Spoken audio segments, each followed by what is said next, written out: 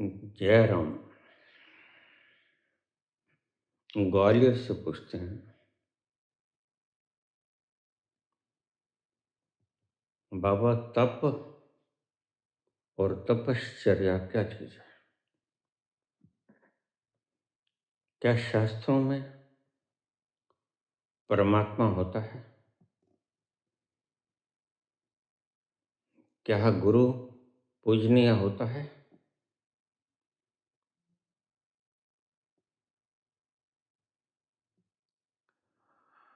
देहधारी गुरु को गुरु मानना चाहिए या नहीं? कृपया इन दो विधाओं में से हमें निकालने की कृपा करें, कष्ट करें।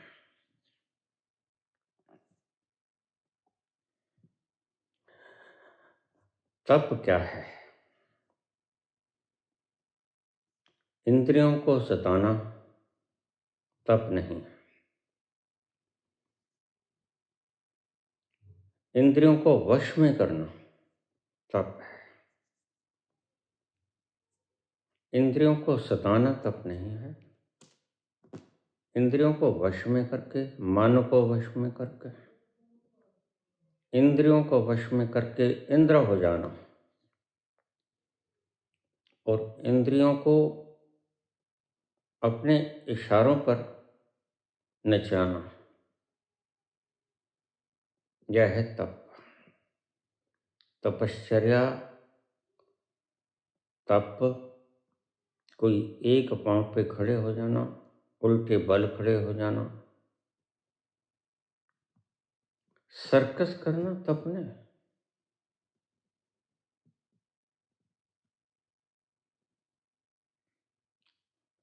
तप है अपनी इंद्रियों को अपने अधीन करके उनसे यथा योग्य काम लेना।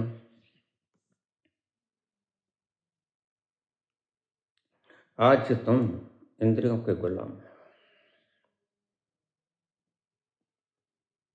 और तप का अर्थ है वह विधि जिस विधि से इंद्रियां तुम्हारी गुलाम हो जाए। आज मन तुम्हें परेशान करता है, कल यही मन तुम्हें आनंद के गीत बरसाने लगे, तुम्हारे आनंद का साधन बन जाए।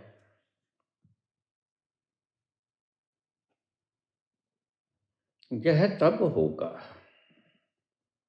जब इंद्रियां और मन तुम्हारे वश में होंगे। आज तुम इंद्रियों के वश में हो, मन के वश में हो। जैसी इंद्रियां कहती, जैसा मन कहता, वैसे तुम नाचते हो। कल जब तप सध जाएगा, तपश्चर्या सध जाएगी, तो तुम इंद्रियों को जैसे चाहोगे वैसे उनसे काम ले सकोगे।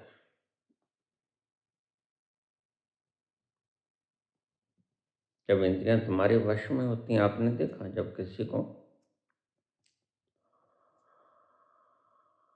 पक्षाघात हो जाता है, पैरालिसिस हो जाता है, तब उसका अंग उसके आदेश के बावजूद काम नहीं करता। फर्ज करो यह हाथ से ठहर गया, पैरालिसिस हो गया, फिर ये मेरे कहने से काम नहीं करेगा, फिर ये मेरे वश में ना रहा। इसको अपने वश में करके अपने आदेशानुसार इससे काम लेना तप है। तुम्हारी इंद्रियों को, तुम्हारे मन को पक्षाघात हो गया है, तुम पैरालिसिस से पीड़ित हो और तुम काम नहीं ये करते हो, उल्टे सीधे काम करके कि हम तप कर रहे हैं, तपश्चर्या कर रहे हैं। ये तप नहीं है। तब तो परिणाम के रूप में आएगा जब यह शरीर का अंग तुम्हारे आदेश से काम करेगा। आज मन अपने आप भटकता है, चलता है, क्योंकि मन बावरा हो गया है, पक्षाघात हो गया है, पैरालिसिस से ग्रस्त है, पगला गया है मन। तुम चाहते हो मौन हो जाना, लेकिन मन है कि सुंदर सुंदर नाम देते हैं, तुम्हें भटकाता है। मन कहता नहीं, ये तो भगवान का नाम है।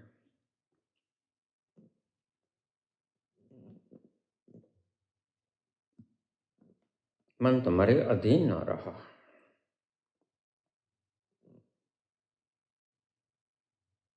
जब तुम्हारे मन अधीन हो जाता है, इंद्रियां अधीन हो जाती है, तो तुम इंद्रजित हो जाते हो। मेघनाद ने, रावण के पुत्र ने, इंद्रियों को जीत लिया था, इसलिए उनका नाम रखा इंद्रजीत। उनका नाम नहीं था, उनका नाम था मेघनाद। मेघनाद से इंद्रजित बन गया। इंद्रजित उसकी उपाधि थी, जैसे महावीर की उपाधि थी महावीर, नाम था वर्धमान।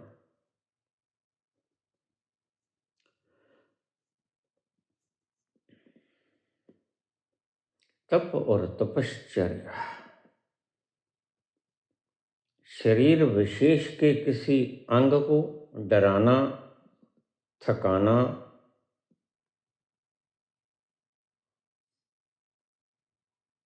उसको त्रस्त करना, उसको व्यथित करना, यह तप नहीं। उसको अपनी इच्छा के अनुसार उससे काम लेना। आज तुम्हारा मन भटकता है, तुम्हारी इंद्रियां भटकती हैं,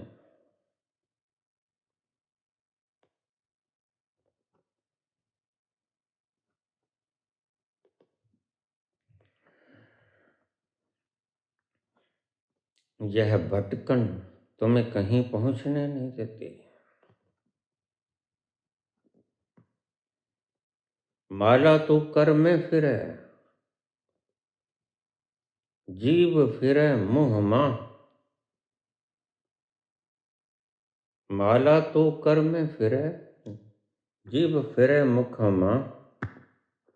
मनी राम चहु दिस फिरे।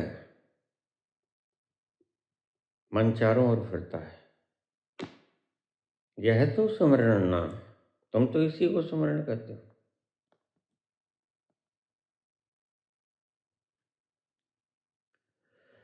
तप और तपश्चर्या शरीर की इंद्रिय को, मन को दबाना नहीं।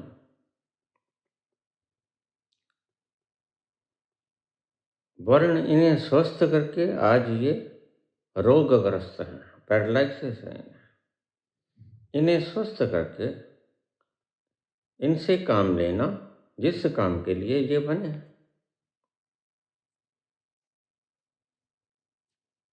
आज तुम पगला गए हो, सारी मानव जाति पगला गई है।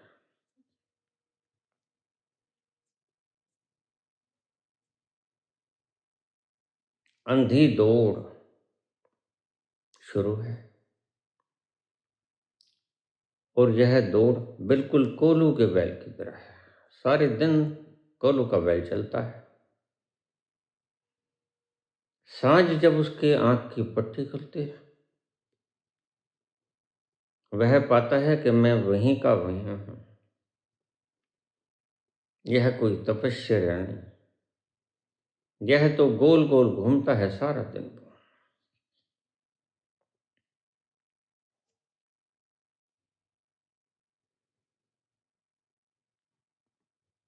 पूछा, क्या शास्त्र में परमात्मा होता है? परमात्मा तो नहीं होता।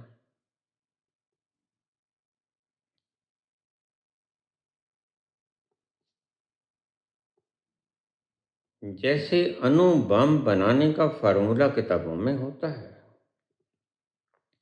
लेकिन किताबें अणु बम नहीं होती।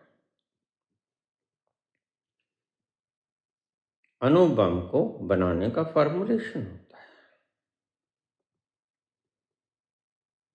तुम उस किताब को खोलकर ढूंढ सकते हो एटम बम कैसे बनाया जाए, कौन कौन सी सामग्री प्रयुक्त होगी, क्या क्या कैसे कैसे करना है।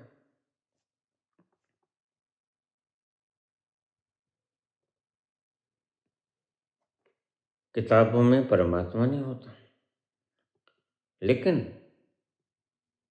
किताबें पूजनीय होती हैं।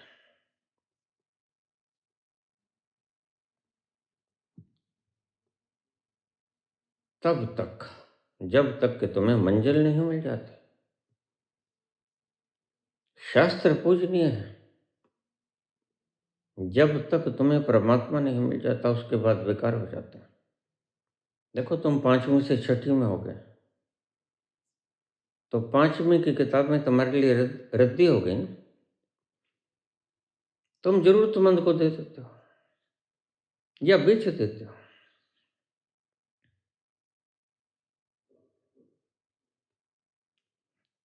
किसी किताब में परमात्मा नहीं है, ना बाइबल में है, ना कुरान में है, ना गीता में है, ना उपनिषद में, ना गुरु ग्रंथ साहब में। These all are GPS। ये सब मैप हैं,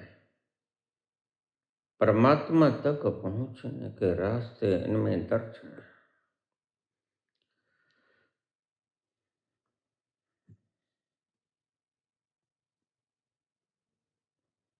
और तुम्हारा पागलपन क्या है? तुम इनको सिर पर रख लेते हो, सिर पर रखने के योग्य हैं, सादर सम्मान देने के योग्य हैं। सिर पर रखने के योग्य हैं, सिर पर ढोने के योग्य नहीं। अगर तुम दिन भर रात सिर पर ढोते रहो गुरु ग्रंथ साहब को, तो यह पागलपन होगा। रात को सोते सोते भी ग्रंथ साहब को सिर के ऊपर तुम बांध के सो जाओ, यह पागलपन है। सम्मान देने के लिए ठीक है, इसमें वो चीजें दर्ज हैं जो अभिव्यक्ति में आती नहीं। वो गहरे सूत्र लिखे हैं इसमें, और एक एक सूत्र बहुमूल्य है तो किताब, लेकिन एटॉमिक फार्मूला लिखा है तो वह किताब संग्रहित करने योग्य हो जाती है तो किताब, लेकिन वही किताब पूजनीय हो जाती है क्योंकि इसमें अपने भीतर जाकर उस आनंद को खोजने के ढंग लिखे हुए हैं। लेकिन एक बात तो मैं स्पष्ट कर दूं, ये किताबें परमात्मा नहीं है, किताबें मैप्स हैं, नक्शे हैं। जैसे फौजियों के पास नक्शे होते हैं, शत्रु के कौन सी सीमा में प्रवेश करने का कौन सा नक्शा है, वो गुप्त होते हैं।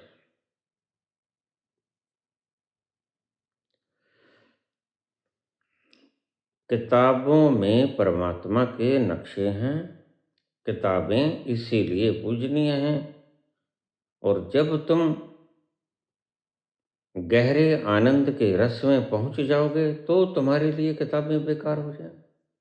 लेकिन ध्यान रखना, 5वीं की किताबें उस बच्चे के लिए बेकार हो जाएंगी जिसने 5वीं को पास कर लिया है, जो 6ठी में हो गया। अभी तुम्हारे लिए गुरु ग्रंथ साहब बेकार नहीं हुआ। अभी गीता, अष्टावक्र गीता, वेद, पुराण, कुरान बाइबल बेकार नहीं हुए, लेकिन कृष्ण के लिए बेकार हो गए। कृष्ण उस तल पर पहुंच गए। अब वह बिना किताब देखे आपको बता सकता है, क्योंकि रोज हजारों बार उस रास्ते पे आता जाता है। वो रास्ते उससे अनजान ना रहे, वो रास्ते उसकी रोज की पहचान हो गए।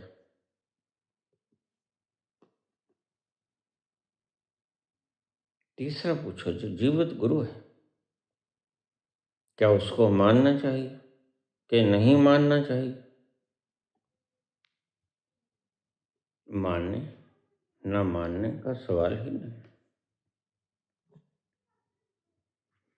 एक किताब में गुलाब के फूल की फोटो खींची, एक किताब में मोतिया, चमेली, गेंदा के फूल छपे। ध्यान से सुनना मेरी बातों को, इन बातों में सारी दुनिया उलझी खड़ी है। तो क्या उस किताब में छपी हुई फूल की आकृति, वो गुलाब है, वो गेंदा है, चमेली है और मोतिया है, क्या उस फूल में सुगंध आती है?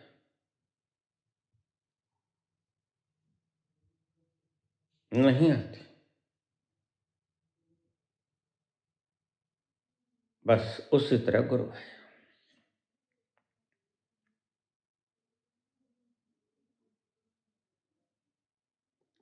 गुरु उस किताब में बैठे हुए फूल की तरह है।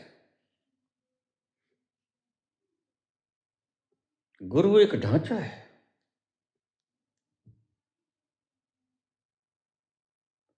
इसी तरह किताब है, और उस किताब में फूल छपा है। इसी तरह गुरु है। जैसे किताब या छपा हुआ फूल, उसमें सुगंध नहीं होती, वैसे ही इस शरीर रूपी ढांचे में आनंद नहीं होता। और तुम्हें तलाश है आनंद की।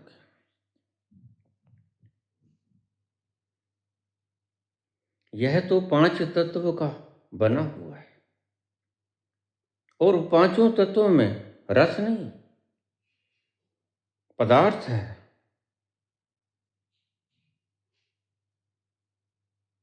लेकिन फिर भी गुरु पूजनीय है। क्यों? क्योंकि पांच तत्व मिलकर गुरु के बैठने का स्थान बना देते हैं। यह पांच तत्व का संग्रहित ढांचा, गुरु के बैठने का स्थान, गुरु इसके भीतर बैठा है। इसलिए गुरु गोविंद सिंह ने जो कहा वो ठीक कहा, लेकिन तुम समझ नहीं पाए। गुरु गोविंद सिंह ने कहा कि इस ढांचे को परमात्मा मत मान लेना, वैसे ही जैसे किताब में छपे हुए फूल को फूल मत मान लेना। वह फूल की आकृति तो है, लेकिन उसमें सुगंध नहीं है, और तुम तलाश में हो सुगंध की। भला तुमने फूल की आकृति से क्या करना है? फूल सुगंध के कारण प्रशंसनीय है। अगर सुगंध न हो फूल में तो त्याज्य है। तुम क्या सूंघोगे? कनेर के फूल को कभी सूंघते हो? तुम बाग बगीचों में क्यों जाते हो? फूलों को देखने के लिए नहीं, तुम बाग बगीचों में फूलों की महक लेने जाते हैं।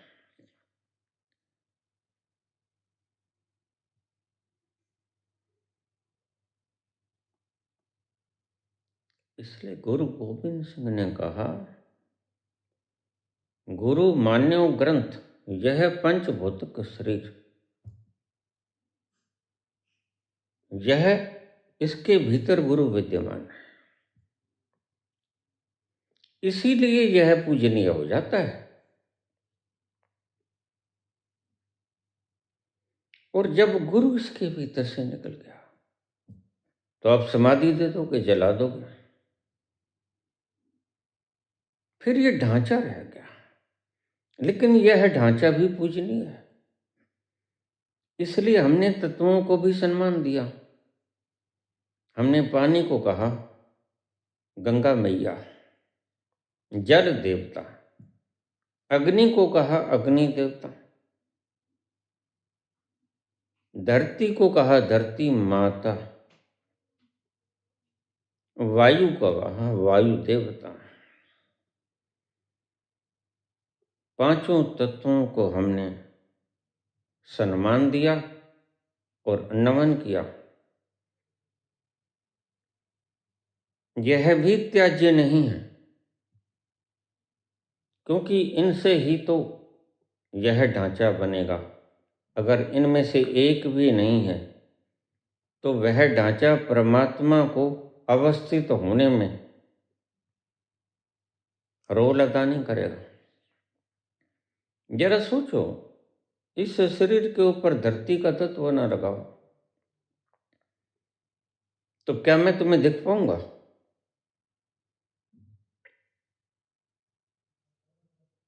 अगर इस शरीर के भीतर जल देवता का अंश न हो तो क्या यह शरीर ज्यादा दिन जीवित रहेगा? डिहाइड्रेशन हो जाएगा। क्या इस शरीर के भीतर अग्नियां हो, अग्नि मानते हो, जठराग्नि जीरो हो तो कितनी देर तक जियोगे तुम? और वायु ना लोगे तो कोरोना जैसा हाल होगा। पंच तत्वों की महिमा यही है सिर्फ कि पंच तत्व मिलकर एक ढांचा तैयार कर देते हैं उस परम पिता परमात्मा को आसीन होने के लिए। इस ढांचे में परमात्मा आसीन है, इसकी पूजा मत करना। लेकिन फिर भी अगर हम गंध बेचने वाले के पास बैठ जाएं तो सिर्फ मात्र उसके पास बैठने से ही हमारे वस्त्रों में गंध लिपट जाएगी और हम जहां भी जाएंगे, चाहे हमने इत्र लगाया कि नहीं लगाया, लोग कहेंगे क्या लगाया, खुशबू आ रही है। इसलिए यहां से तुम चले जाते हो, बहुत दिनों तक तुम्हें सुवास का एहसास होता है। क्यों? क्योंकि तुम ऐसे माहौल में से आए जहां सुगंध बरसती है। किसी बगीचे में से निकल के एकदम से बाहर जाओगे तो तुम्हारे कपड़ों में से सुगंध आएगी।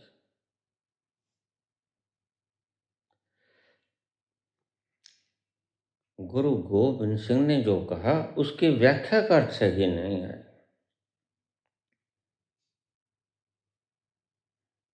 गुरु जी ने कहा यह ढांचा देहधारी यह गुरु नहीं है, यह तो पांच तत्व का बना हुआ है। लेकिन फिर भी क्या इसके बिना गुरु आसीन हो सकेगा?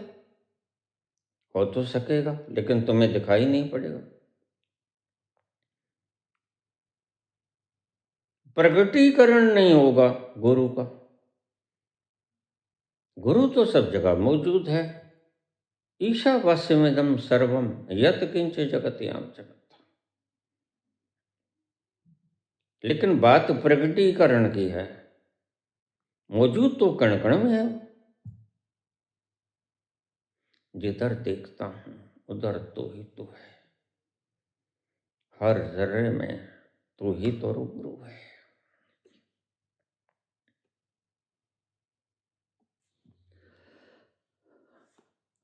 हर जगह तेरा ही मुकाम।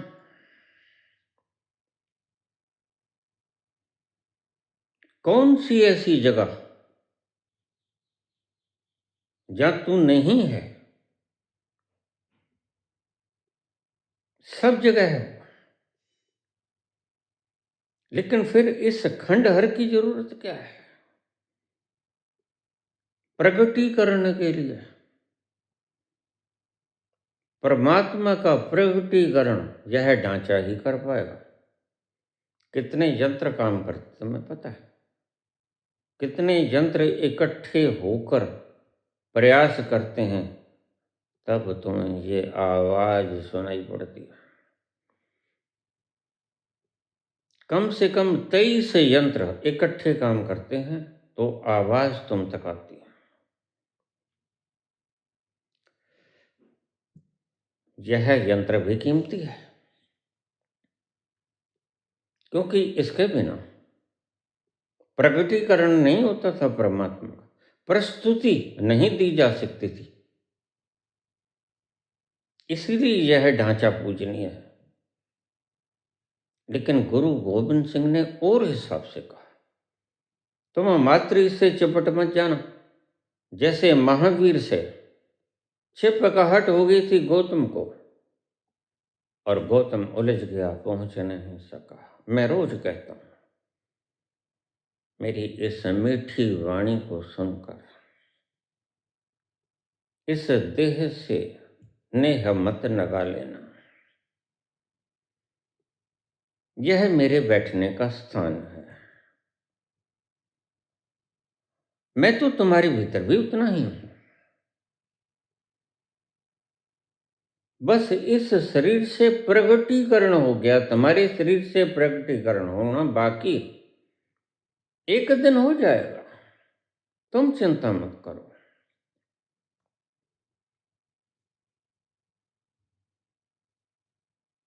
तो देहधारी गुरु को गुरु मानना चाहिए, नहीं मानना चाहिए, यह कोई सवाल नहीं है। देहधारी गुरु, देह अलग और गुरु अलग, ये समझो। तुमने ये जानना है, मानना या ना मानना, इसका कोई सवाल मैं नहीं रखता। जानना है कि देह के भीतर जो बैठा गुरु असली वो ही है, और देह भी पूजनीय है, क्योंकि देह के बिना उस असली गुरु का प्रकटीकरण नहीं होगा। जैसे किताब के बिना, गुरु ग्रंथ साहब के बिना, वो मैप कैसे पता चलेगा कि परमात्मा तक पहुंचने के कौन सा तरीका है? वह सफेद कागजों पर मंडे हुए काले अक्षर ही तो बता पाएंगे।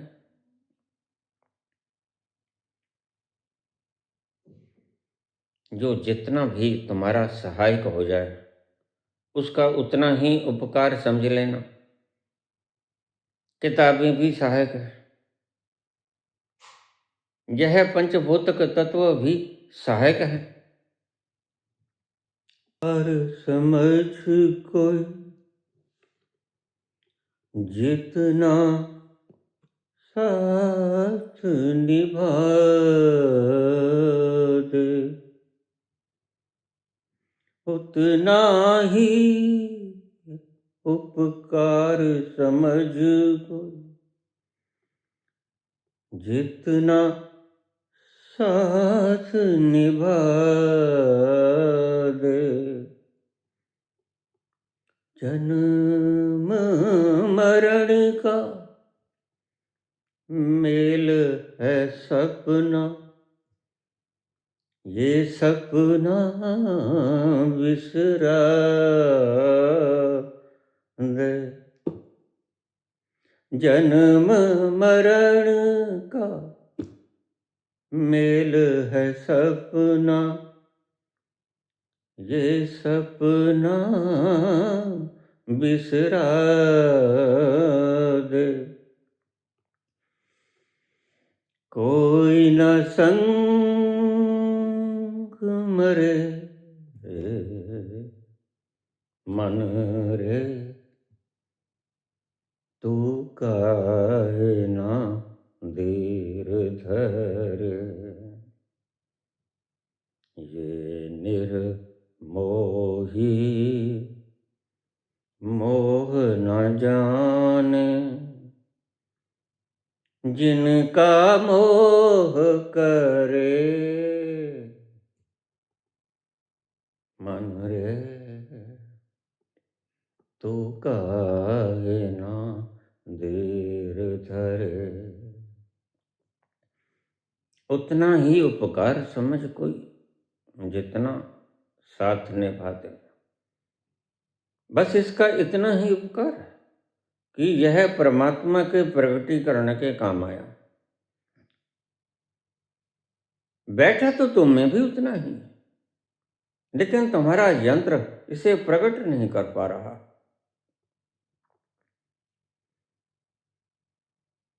सभी जगह है।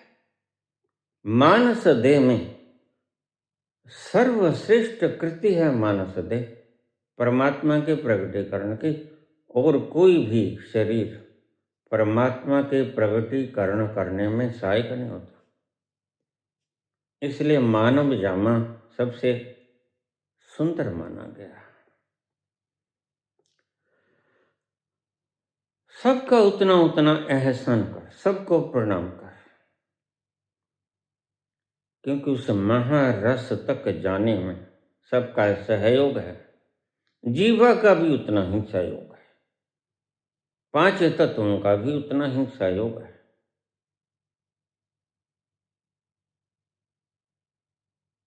मुझे प्रकट करने में जिसने जितना सहयोग दिया उसको नमन कर। इसलिए गंगा नमन करने योग्य हो गई। उगता हुआ सूरज का प्रकाश अगण नमन करने योग्य हो गई। यह चलती हुई हवाएं फिजाएं नमन करने योग्य हो गई। यह सुगंध फूल अर्पण किया हमने, इसका हमने कारण कभी नहीं समझा, क्यों फूल अर्पण करते हैं हम। मतलब यही है, हे प्रभु, इस फूल के भीतर जो सुगंध है वो सुगंध मेरे इस फूल के भीतर भी खिला दे। यह एक याचना है। जो फूल मैंने अर्पण किया उसके भीतर की जो सुगंध है वो इस फूल के भीतर भी खिला दे।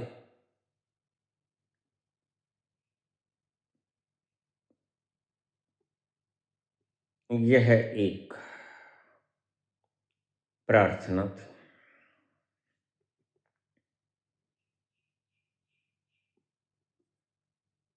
हर एक का अपना अपना सहयोग होता है। वायु का, जल का, अग्नि का, माटी का। इस माटी को नमन कर, क्योंकि इस माटी के कारण ये संरचना हुई। अगर एक भी तत्व कम हो गया तो यह ढांचा ना बन पाएगा, और ढांचा ना बन पाएगा तो परमात्मा की प्रकटीकरण की राह असंभव हो जाएगी। यह पूजनीय क्यों हुआ उसका तुम्हें विस्तार से आज मैंने बताया। तत्व पदार्थ पूजनीय क्यों हुआ, किताबें पूजनीय क्यों हो गई, यह फूल पूजनीय क्यों हो गए, क्योंकि ये सब प्रकटीकरण के साधना में इन्होंने सहयोग किया। और आखिर में सबके सहयोग से हम वहां पहुंच जाते हैं जहां महारस बरसता है। सबका धन्यवाद करो, जितना जिसने सहयोग किया। कोई न संग मरे, यह सिर्फ साधना है। यह तुम्हारा सहयोग करता है। आखिरी शब्द बड़ा काम का।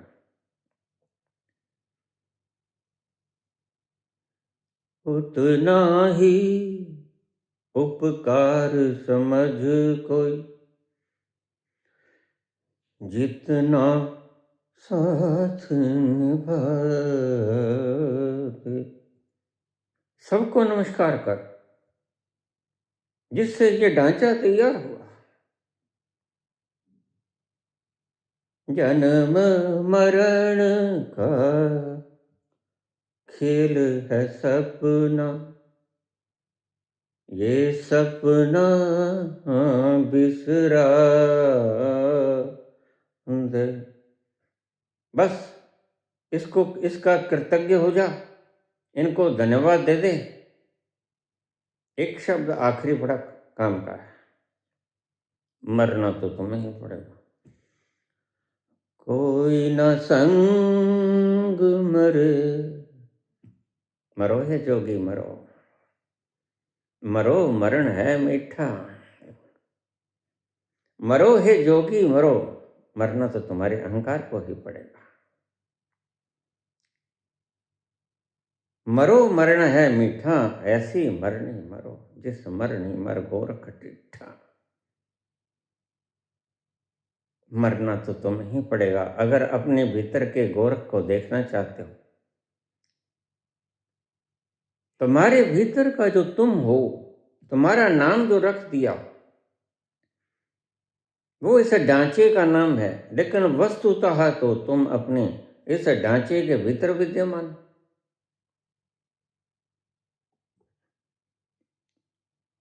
यह आखिरी शब्द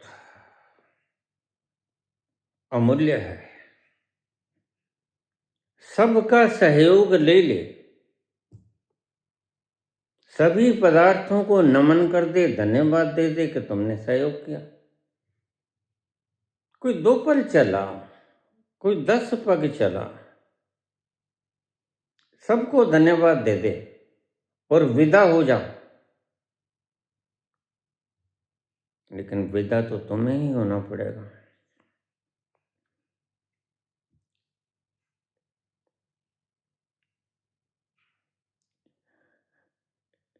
इनका कृतज्ञ हो, पदार्थों का भी कृतज्ञ हो, लेकिन मरना तुम्हें ही पड़ेगा। तुम यानी अहंकार, इल्यूजन, भ्रम, इस भ्रम को तोड़ो। और इस भ्रम के टूटे बिना तुम्हें तुम्हारे अंतस के बैठे हुए गोरख का दर्शन नहीं होगा।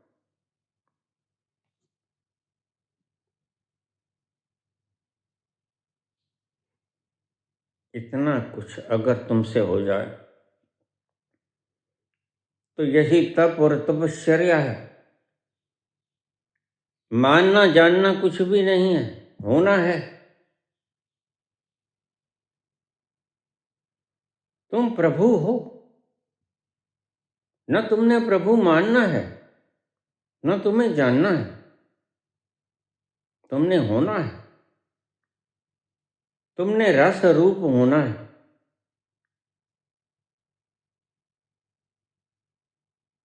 अपने अंतस के स्वभाव में गोता लगाना है और फिर वही हो जाना है। बूंद ने समुद्र को जानना नहीं होता, बूंद ने समुद्र को मानना भी नहीं होता, बूंद ने समुद्र हो जाना होता है।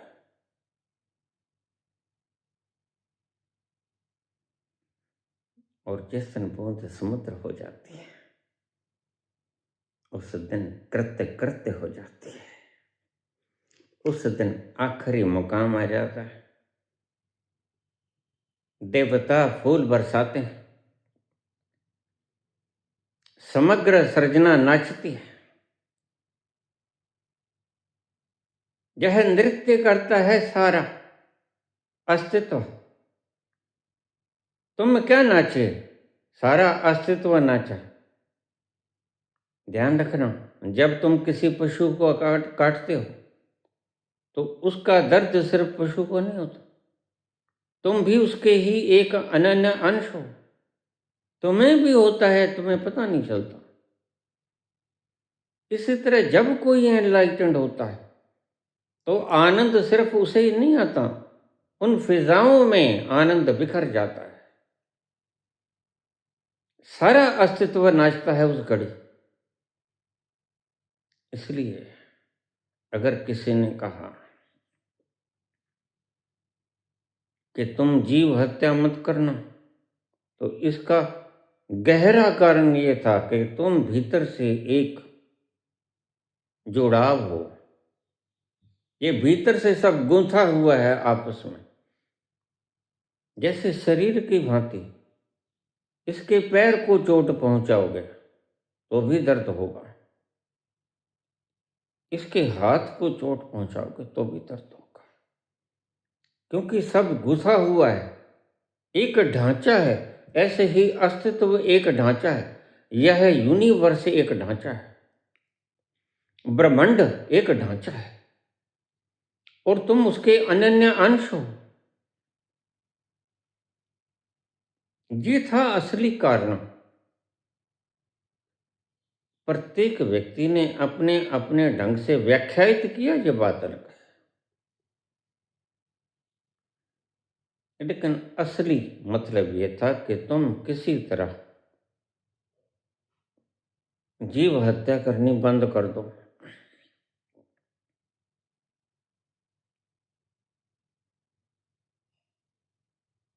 जीव हत्या जब तुम करते हो तो समग्र अस्तित्व को दुख होता है। इसलिए आज सारी जनता दुखी है। क्यों? तुम आस्तिक हो या नास्तिक हो, ये खोपड़ी की मान्यताएं, इससे अस्तित्व का कोई फर्क नहीं पड़ता। लेकिन जब तुम किसी को चोट पहुंचाते हो, वो दर्द से कराहता है, तो वह चीख सारा अस्तित्व सुनता है, और सारा अस्तित्व शोक मनाता है, दुखी होता है। इसलिए जीव जंतुओं से, पेड़ पौधों से प्यार करना है। इसीलिए भी करना कि पेड़ पौधों को काट दोगे तो वातावरण दूषित हो जाएगा, और इसीलिए भी करना कि जीव जंतुओं में भी चेतना होती है और पेड़ पौधों में भी चेतना होती है।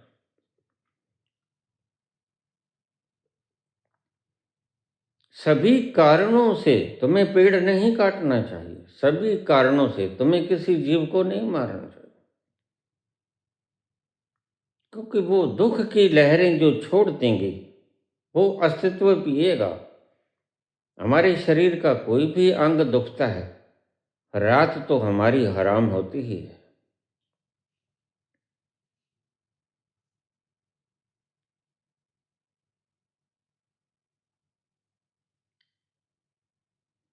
आखिर में कहा, कोई ना संग मरे, अकेले ही मरना होगा, कोई गुरु साथ नहीं जाएगा।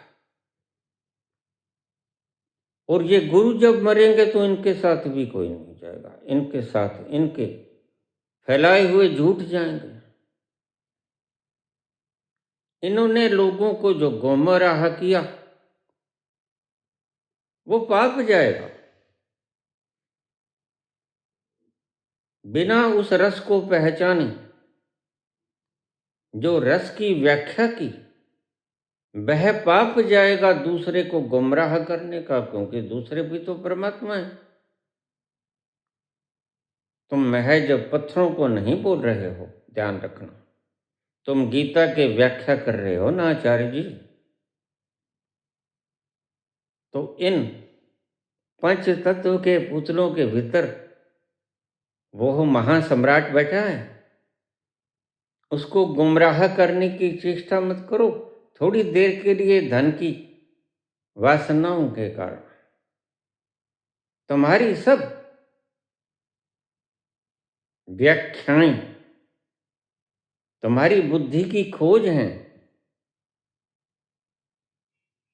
तुम उसकी व्याख्या करते हो जो किसी गहरे तल पर विद्यमान है, और उस गहरे तल पर जाकर चखना होता है उसका रस, और फिर वह कैसा है उसका स्वाद, यह बाहर आकर बताना होता है, एक्सप्लेन करना होता है, उसको तुम बिना खोजे, मैं बापुरा बूढ़न डरा गयो किनारे बैठ, जिन खोजा तन पाइया गहरे पानी बैठ। तुम गहरे पानी में तो उतरे नहीं,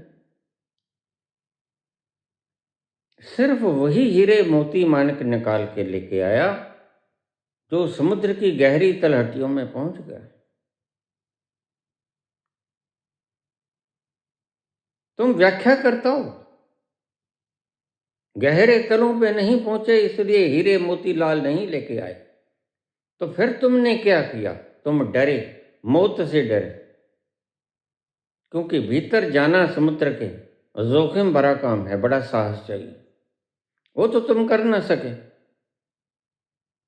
मैं बपूरा बूढ़न डरा, मैं बूढ़ा था, कमजोर था, शरीर से नहीं मन से, मन साहसी नहीं था। तुम गद्दियों को ठुकरा सकते हो, जीवेषणा को नहीं छोड़ सकते, यह बड़ी मुश्किल है, और काश तुम जीवेषणों को छोड़ दो।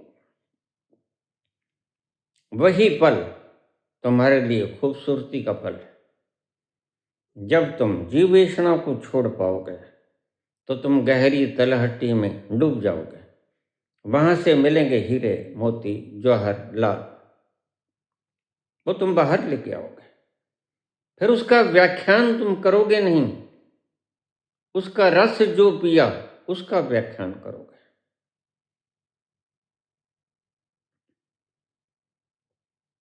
फिर बोला भी कहाँ जाता है वो।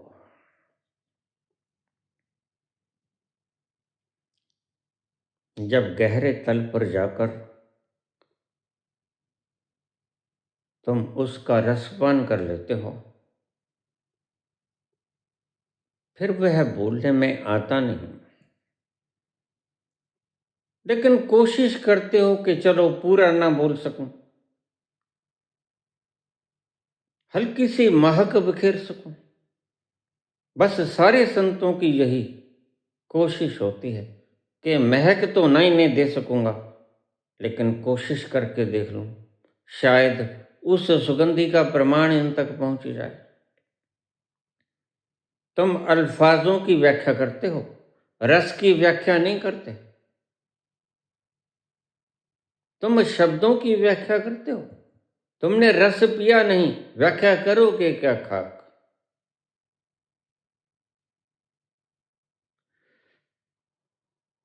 और जो अपने अंतस में मैं बपूरा बूढ़न डरा गयो किनारे बैठ, जो किनारे पे बैठे रहते हैं, वो खोपड़ी पे बैठे बैठे व्याख्या करते रहते हैं शब्दों की। जो गहरे उतर गए वह व्याख्या करेंगे रस की, और गहरे में उतरने वाला कौन है? कबीर कहते हैं वह जो संत हो गया है। संत होकर ही उस परम रस की व्याख्या करने के योग्य हुआ जा सकता है। वही व्यक्ति योग्य होता है जो परम मौन होने के योग्य हो गया। अभी तो तुम शब्दों में खोए हुए हो, अभी तो शब्द तुम्हें मुग्ध करते हैं, अभी तो हर समस्याओं का निराकरण है तुम्हारे पास। ये तुम्हारे अहंकार को पोषण देते हैं।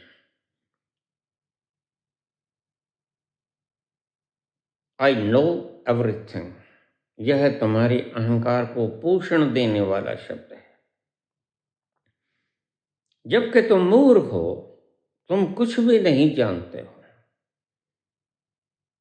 एक साध है सब सत है, सब साध है सब जाए।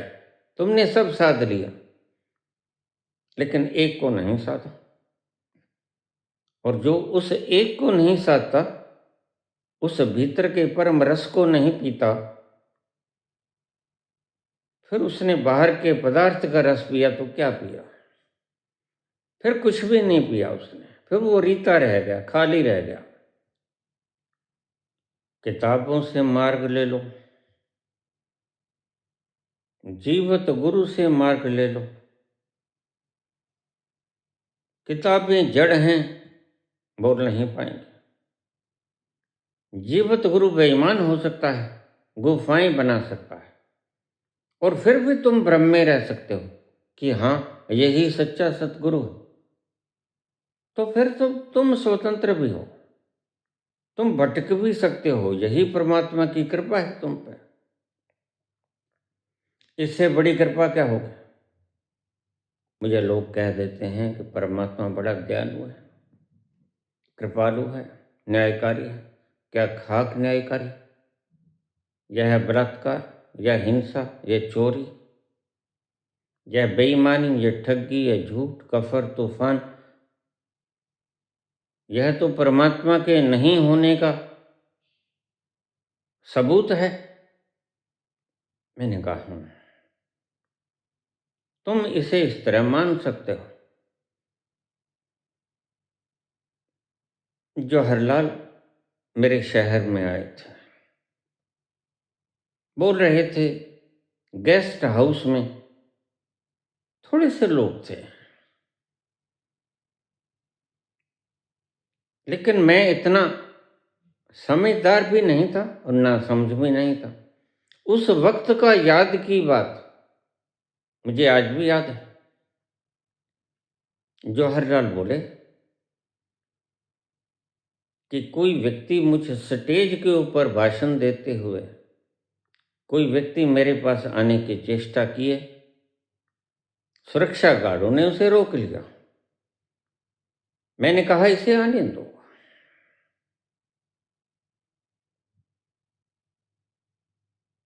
वह वृद्ध व्यक्ति आ गया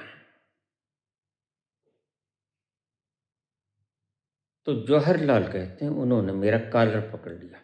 यह बात मैंने खुद जवाहरलाल के मुख से सुनी।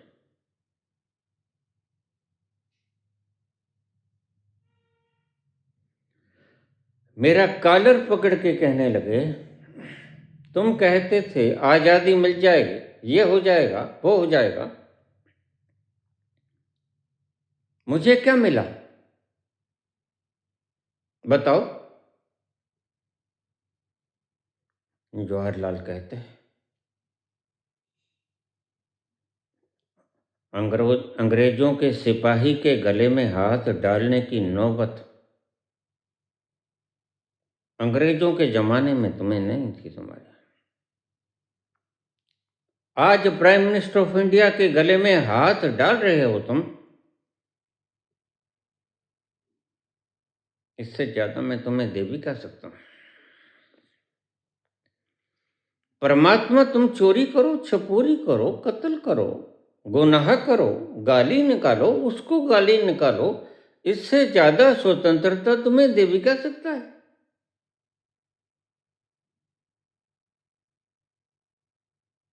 इससे ज्यादा स्वतंत्रता वो नहीं दे सकता। तुम तो थोड़ी सी बात से नाराज हो जाते हो, उठा लो उसको, जेल में पटक दो। दो अक्षर तुम्हारे विपरीत बोले, कहां से पाते हो तुम?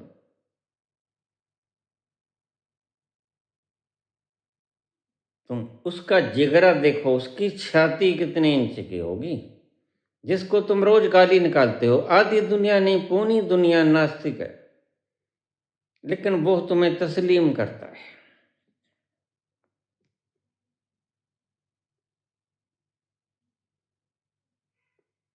उसकी छाती कितनी होगी, उसकी सहन शक्ति कितनी होगी,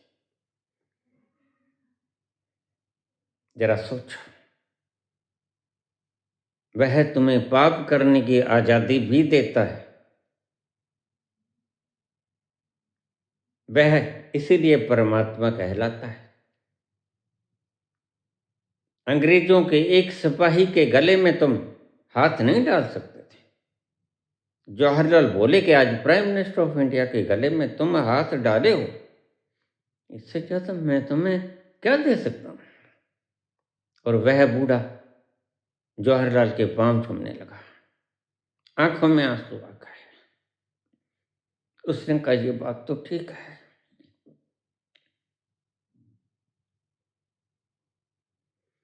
परमात्मा तुम्हें इससे बड़ी आजादी क्या दे सकता है?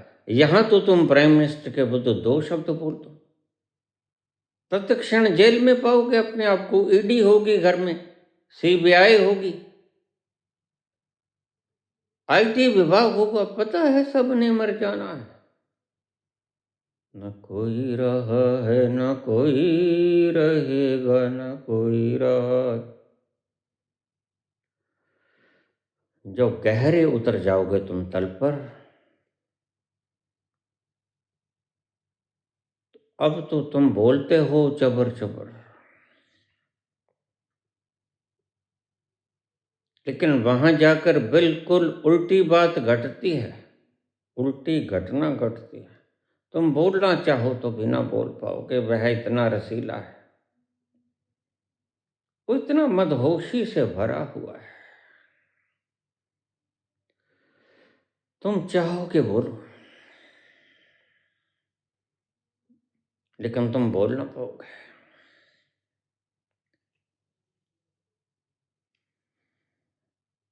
हंस पायो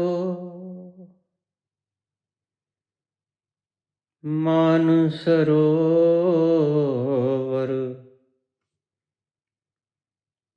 हंस पायो मानसरोवर, ताल तलैया क्यों डोले,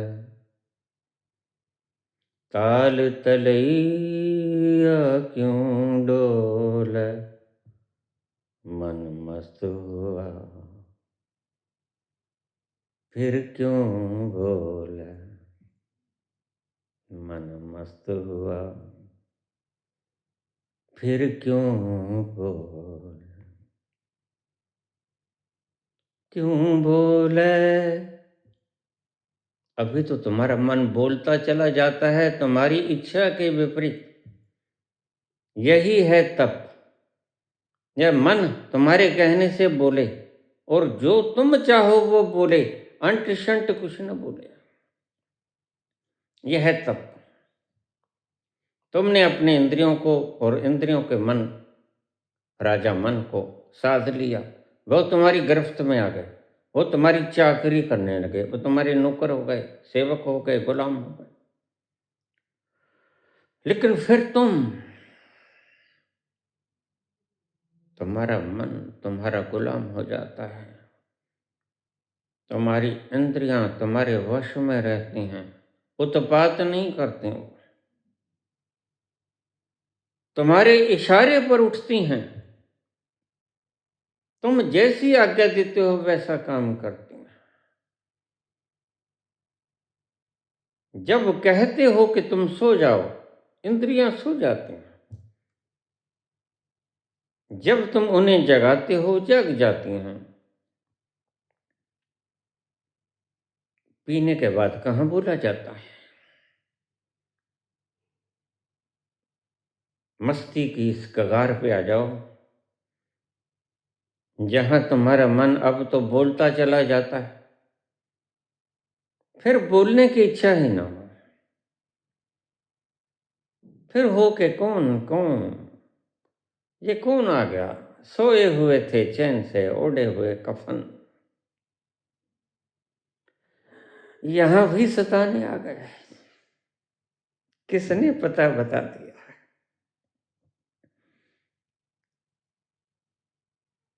सोए हुए थे चैन से ओढ़े हुए कफन, यहां भी सताने आ गए। किसने पता बता दिया। मन मस्त हुआ फिर क्यों बोले,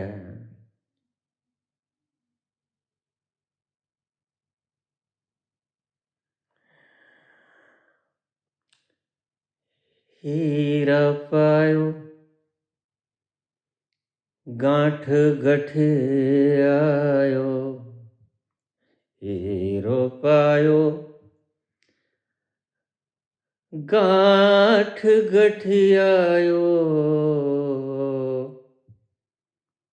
बार बार बाको क्यों खोला, बार बार बाको क्यों खोला, मन मस्त हुआ, फिर क्यों बोला, मन मस्त हुआ, फिर क्यों बोला।